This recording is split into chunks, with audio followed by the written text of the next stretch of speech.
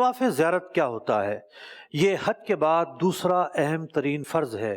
حج کے دو ہی فرض ہیں، احرام تو شرط ہے، اس کے بعد دو فرض ہیں، وقوف عرفہ اپنے وقت میں احرام کی حالت میں، حج کے احرام کی حالت میں عرفات میں موجود ہونا، اور دوسرا حج کا فرض ہے طواف زیارت کرنا۔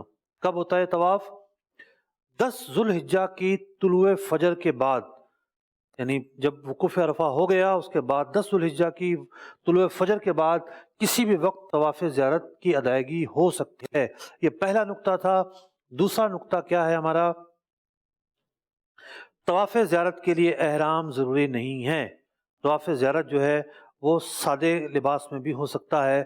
کسی نے بالفرض احرام نہیں کھول پایا، اس کی قربانی نہیں ہوئی تھی، وہ طواف کرنے آ گیا ہے تو وہ احرام کی حالت میں بھی آ جائے، کوئی ایشو نہیں ہے۔ طواف زیارت کے لیے واجب یہ ہے کہ ایام نہر کے اندر اندر طواف کیا جائے، یعنی جو قربانی کے دن ہوں گے 10واں 11واں 12ویں کی مغرب سے پہلے پہلے طواف کیا جائے، یہ واجب ہے۔